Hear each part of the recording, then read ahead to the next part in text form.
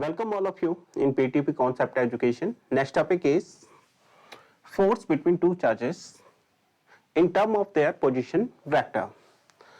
इसको प्रूव करने के लिए सबसे पहले हमने क्या किया, ये बताइए। आपने फोर्स फाइंड आउट किया था वेक्टर फॉर्म में। वेक्टर फॉर्म में फोर्स किस टाइप से फाइंड आउट किया था वो देखिए। लास्ट टॉपिक में हमने फाइंड आउट किया था F12 equal to 1/4 pi epsilon naught Q1 Q2 R square, और यहाँ पे हमने क्या लिखा था, यूनिट वेक्टर 2 1। इसे वेक्टर बनाने के लिए हमने क्या किया था, 1/4 पाई एप्सिलॉन नॉट, इसे R से ऊपर नीचे मल्टीप्लाई कर दिया था, तो ये बन गया था R vector 2 1 upon R vector 2 1, और ये क्या था Q। ये लास्ट टॉपिक में हमने इसे फाइंड आउट किया था। सिमिलरली F21 कितना निकाला था, हमें रिजल्ट इस फॉर्म में चाहिए, तो इस फॉर्म में रिजल्ट यूज करो। 4 पाई epsilon naught Q1 Q2 R12 upon R12 की पावर 3। इसे इस टाइप से फाइंड आउट किया था। अब पॉइंट आता है पोजीशन वेक्टर फॉर्म में इसे कैसे फाइंड आउट करें। तो सबसे पहले हमने क्या किया, एक्स एक्सिस और वाई एक्सिस दो कोऑर्डिनेट एक्सिस ले लिए। यहाँ पे चार्ज लिया हमने Q1 और इस वाले पॉइंट पे चार्ज ले लिया Q2। इस लाइन को मिला दिया। यहाँ पर ये पॉइंट है O, इस पॉइंट का नाम A, इस पॉइंट का नाम B। तो ये लाइन इस टाइप से यहाँ पे ज्वाइन कर रही है। यहाँ से यहाँ तक डिस्टेंस को दिखाने के लिए यहाँ पे पोजीशन वेक्टर के लिए यूज कर रहे हैं हम R1। नेक्स्ट पॉइंट, इस वाले पॉइंट से दूसरे चार्ज तक का ओरिजिन से डिस्टेंस दिखाने के लिए वेक्टर यूज किया गया है R2।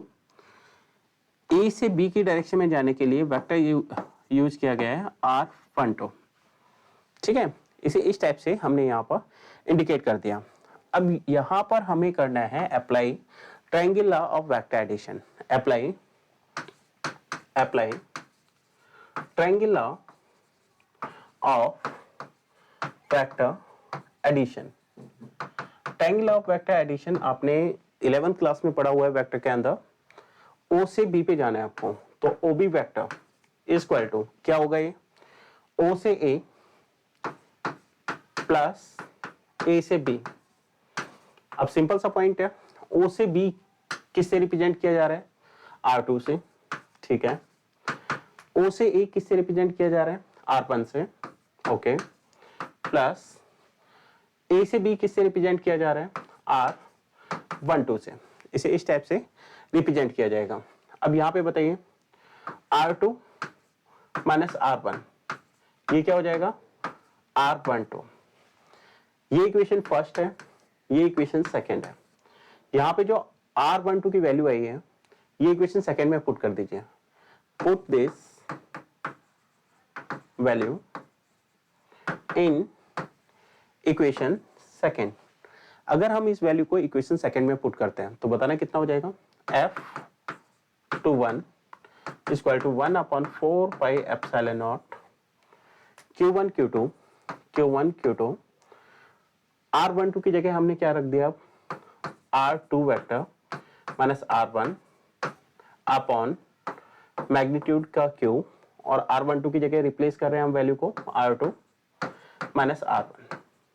तो ये जो फॉर्मूला है वेक्टर फॉर्म में था, अब ये किस में कन्वर्ट हो चुका है, पोजीशन वेक्टर फॉर्म में कन्वर्ट हो चुका है।